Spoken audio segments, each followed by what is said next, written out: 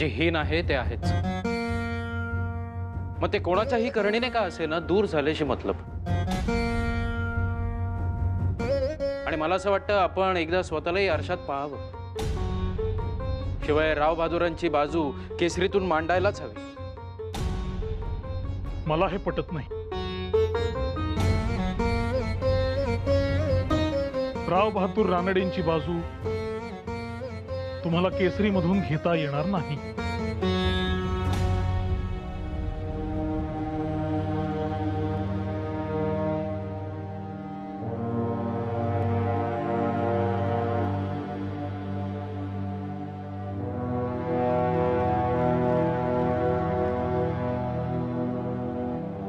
आणि घ्यायची असेल तर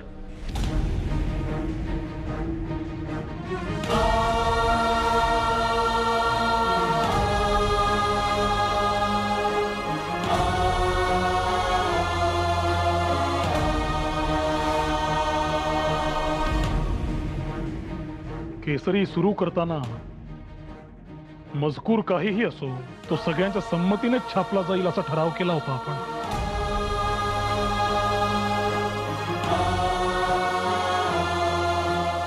विसरतात का? आठवतंय ना? परंतु आपले विचार आणि हेतू यामध्ये दुमत नव्हतं. आणि जरी असलं तरी आपण असे एकमेकांसमोर उभे ठाकलो नव्हतो.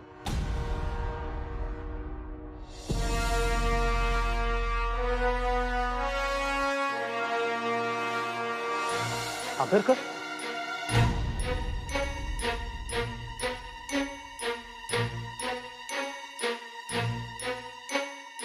आपण एकटेच विरुद्ध बाजूला आहात हे आपल्याला लक्षात आले असेल तर उत्तम.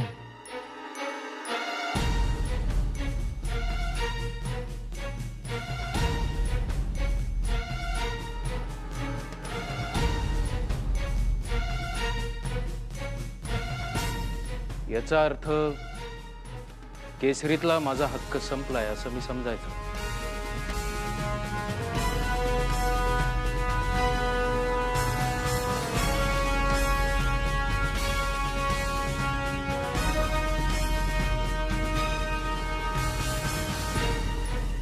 जिथे बोलण्याचे आणि विचारांचे स्वातंत्र्य नाही तिथे फक्त कारकुनी करण्यात मला अजिबात रस नाही.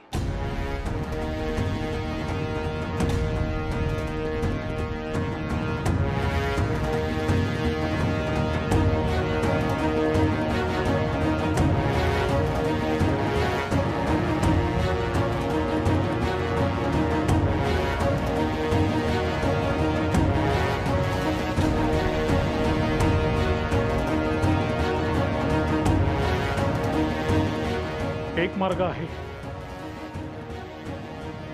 तुम्ही तुम्हाला योग्य वाटेल ते लिहू शकता. केसरी आम्हा सगळ्यांइतकाच तुमचा देखील आहेच. मात्र जे काही लिहाल त्या खाली तळटीप लिहा की हा जो काही सगळा मजकूर आहे ते माझे मत आहे, माझे विचार आहेत, म्हणजे आपले.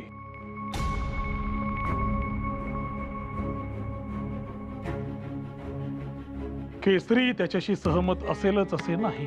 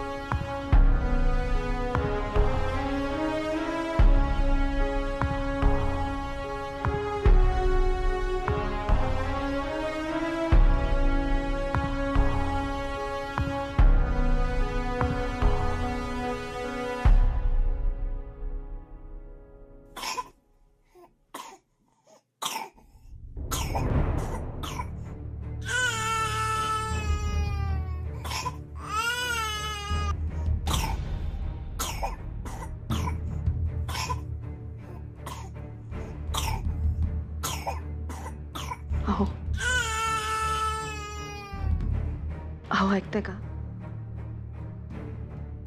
काय झालं? यशवंताचा खोकला जरा जास्तच वाढल्यासारखा वाटतोय. संध्याकाळपासून ज्वरही होताच, पण काय करावं? असे कर, तूच बघून ये जा. यशोदा वहिनींनाही जरा आधार वाटेल. बरं भामे, पैशांचा एक अंदाज घे. थेट विचारू नकोस, अंदाज घे. त्या पोराचे हाल नको तुगाच.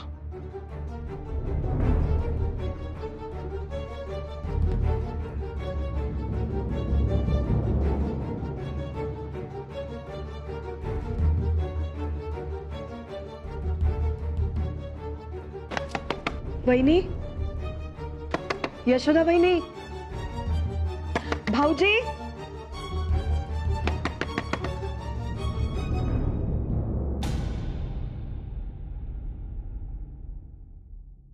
भाऊजी, यशवंताची तब्येत जरा जास्त आहे का? कधीपासून ऐकतेय, कळवळून रडतोय अगदी. मी जरा पटकन आत जाते.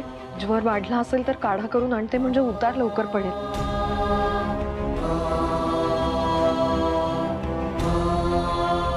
भाऊजी, ज्वर वाढलाय, परंतु यशोदा आहे काळजी घ्यायला.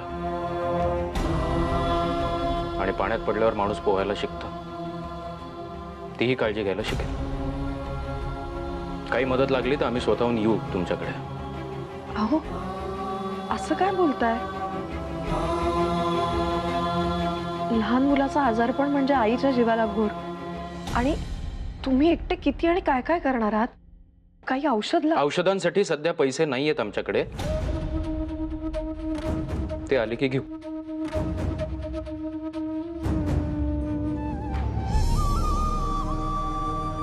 अहो भाऊजी,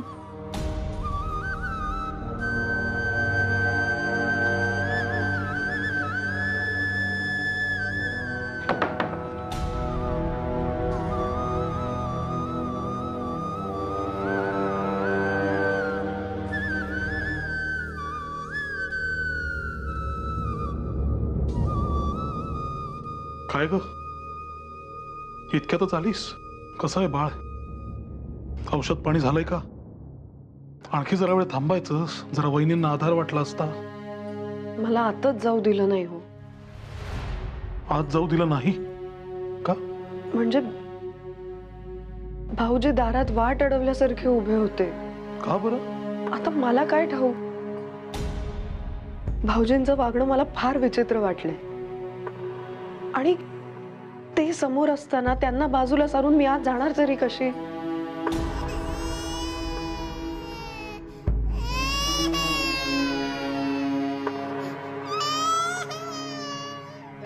किती कळवळून रडतोय हो पोर. बहिणी सुद्धा रडवेल्या झाल्या असतील. अशा वेळेस कोणी सोबत असलेलं बरं वाटतं. मी जाऊ का हो पुन्हा? यावेळेस दारात उभे असले तरी निक्षून सांगेन, मला आत तरी जाऊ दे. खरंच जाऊ का? नको नको जाऊस. पुन्हा काहीतरी निमित्त व्हायचे. काय झालंय? कार्यालयात काही झालंय का? तसेच समज. नवीन शिक्षक आले. ते काही बाई सांगून कान भरत असतात. माणसाचं चित्त थाऱ्यावर नसलं की या असल्या गोष्टींवर विश्वास बसतो. आणि अखेर हल्ली झाले तर हट्टी. एकदा एखादा विचार मनात घेतला की घेतला. त्यांचा हेका ते सोडता सोडत नाहीत. मग पण बाहेरचे व्याप ताप घरात आणावेत तरी कशाला? घरच्या बाई माणसाची फरफट होते अशाने. तू नको यावर विचार करूस. तू उद्या वहिनींना भेट. बाळाची तब्येत कशी आहे बघ. काही औषध पाणी हवंय का? इतर काही मदत हवी आहे का? आर्थिक म्हणा किंवा इतर काही. मी आपल्या वैद्यभवांच्याही कानावर घालून ठेवतो. ते दुपारीच येऊन तपासून जातील. ते बरंच होईल. आणि बरोबर आहे तुमचं. मदत हवी आहे का म्हणून विचारायला नकोच. आपल्याला जे वाटतंय ते आपण करून मोकळं होऊ. तशा याली गोपाळरावांच्या मानापमानाच्या भावना अगदी टोकदार झाल्या आहेत. या मानापमानाच्या अग्नीत नेमकं काय काय आहुती पडणार आहे कोणास ठाऊक.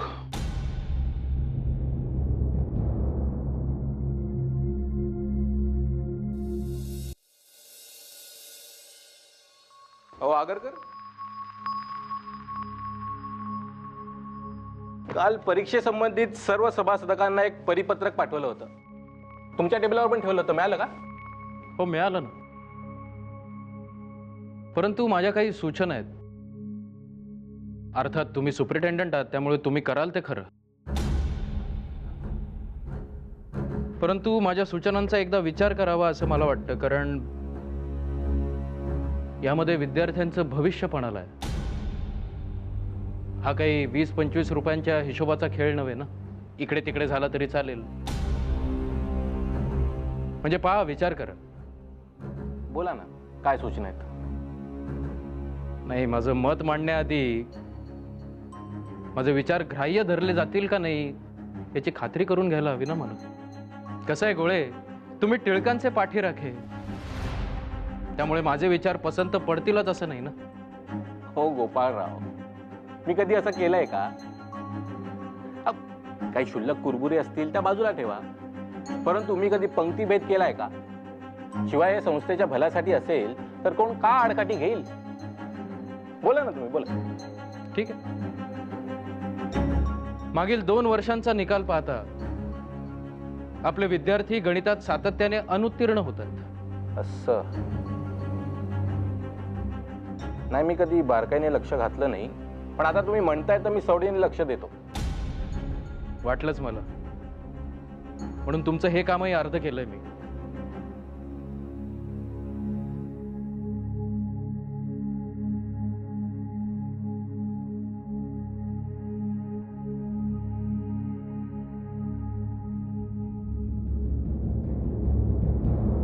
हे काय?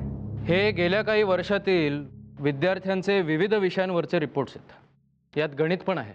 एका दृष्टिक्षेपामध्ये तुम्हाला कळेल मला नेमकं काय म्हणायचंय ते. पहा, येतंय का लक्षात मी काय म्हणतोय ते? नाही, टिळकांची गणित शिकवण्याची पद्धत हुशार विद्यार्थ्यांच्या सोयीची आहे यात शंकाच नाही. परंतु जे विद्यार्थी यामध्ये कच्चे आहेत ते त्यांच्या शिकवण्याने गटांगळ्या खातात. अहो, हरिनारायण आपटे सारखा विद्यार्थी सुद्धा गणितात अनुत्तीर्ण होऊन मागे पडतो. आणि टिळकांनी रखमाबाई प्रकरणाच्या चर्चेदरम्यान आपल्याला काय सांगितलं? सगळ्यांना एकत्र घेऊन जावे, नाही का गोळे? बरं, मग आपण काय करावं असं आपलं मत आहे? आता मला विचारताच आहात तर सांगतो. टिळकांना गणित शिकवता येत नाही हे या निकालावरून स्पष्ट दिसतं. त्यामुळे गणित हा विषय त्यांच्याकडून काढून घेऊन इतर विषय त्यांना शिकवायला द्यावे असं माझं मत आहे. हे असं करणं योग्य ठरेल असं आपल्याला वाटतं का? आता मी त्रयस्थ म्हणून माझं मत मांडलं. तुम्ही सुपरिटेंडंट आहात, त्यामुळे तुमच्या अधिकारामध्ये जो निर्णय घेता येईल तो घ्यायचं तुम्हाला स्वातंत्र्य आहे. त्यामुळे तुम्ही ठरवा काय करता येईल.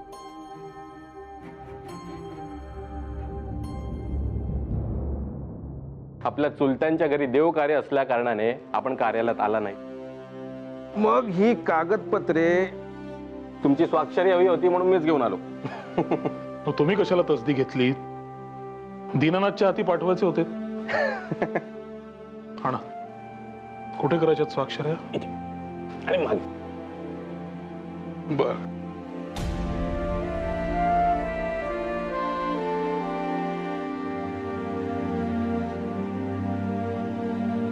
अहो, तुम्हाला गणित विषयाबद्दल कळलंच असेल नाही. म्हणजे आगरकर तुम्हाला काही कल्पना दिल्याखेरीज काय बोलायचंच नाही. गणिताचे काय मला काही बोलले नाहीत गोपाळराव.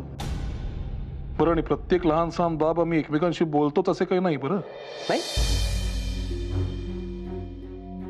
नाही म्हणजे हेही बरोबरच म्हणा, पण मला काय ही बाब लहान सहान वाटली नाही म्हणून विचारलं. स्पष्ट बोला काय ते. विषय असे फिरवत फिरवत बोललेले मला फारसे रुचत नाही.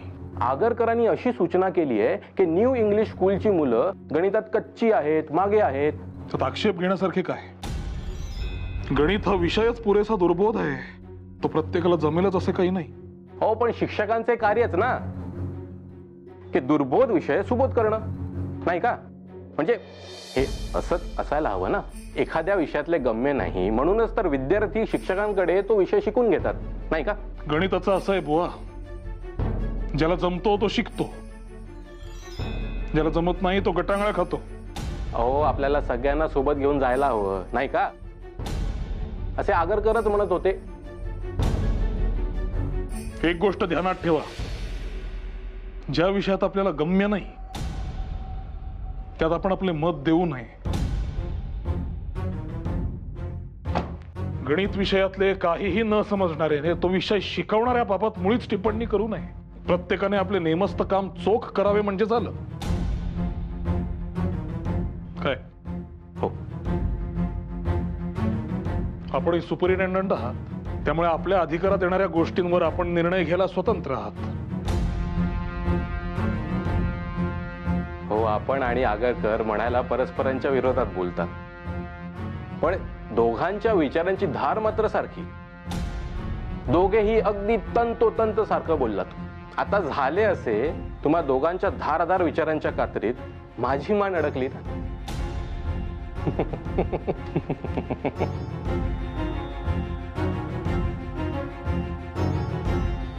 येतो. या कृष्णा, जा बाळा,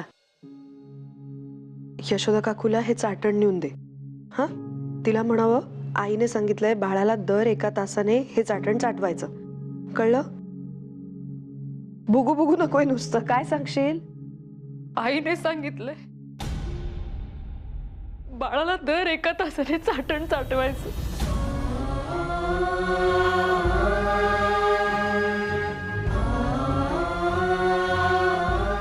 काय होतंय आता? तुम्ही चाटण द्यायला सुद्धा येणार नाही का? अलीकडे माझ्याशी बोलणं टाकलंच आहे तुम्ही, पण माझं असं काय चुकलं की तुम्ही मला अंतर दिलं? वहिनी आहो,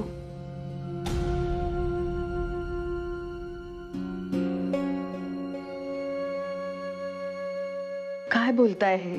मी तुम्हाला अंतर देईन हे कधी शक्य तरी आहे का? तुम्ही डोळे पुसा बरं आधी.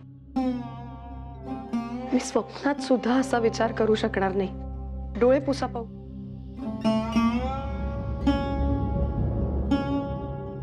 ताई, अहो मग इथे पाऊल टाकायचं का बंद केलं तुम्ही? एका शब्दाने विचारपूस नाही, साधं डोकावून बघणं नाही. असं काय घडलं मला कळेल का की तुम्ही असं एकदम अचानक असं परक करून टाकलं मला? अहो, काय हे वेड्यासारखं बोलणं? तुम्ही डोळे पुसा म्हटलं ना. वहिनी, अहो माझाही जीव तुटतो तुमच्यासाठी. इथे बसून यशवंताचं रडणं ऐकणं सोपं आहे का? कधी कधी असं वाटतं की बाकी कुठलाही विचार न करता धावत यावं आणि त्याला जवळ घ्यावं. मग का नाही आलात? भाऊजींना आवडेल ना आवडेल म्हणून कितीतरी वेळा वाटलं, पण प्रत्येक वेळेला उंबऱ्याशी पाऊल अडखळलं माझं. उगाच माझं तुमच्याकडे येणं बोलणं हे निमित्त नको व्हायला म्हणून इथेच बसते तळमळत. आणि तिथे माझा जीव कासावीस होतो. तुम्ही का येत नाही? यशवंताला का घेत नाही? ताई, तुम्हाला माहितीये मला तुमचा किती आधार वाटतो. पूर्वी हे दोघे एकत्र जायचे कामावर, तेव्हा समजायचं तरी. आता तेही बंद झालं. कळत नाही हो भाऊजी घरात आहेत नाही आहेत. म्हणून आज ते जसे बाहेर गेले मी आले तुम्हाला भेटायला. बरं केलं. काय बहिणी हे? या पुरुषांच्या तरकटपणापायी आपलं मरण, दुसरं काय? एक लक्षात ठेवा बहिणी, खरं तर आपल्यामध्ये फक्त या 2 भिंती आणि 2 दारं इतकंच अंतर आहे. आणि जर तशी वेळ आलीच ना तर ती दारं ओलांडण्याचं धैर्य आहे माझ्यात आणि तुमच्यातही. होय ना?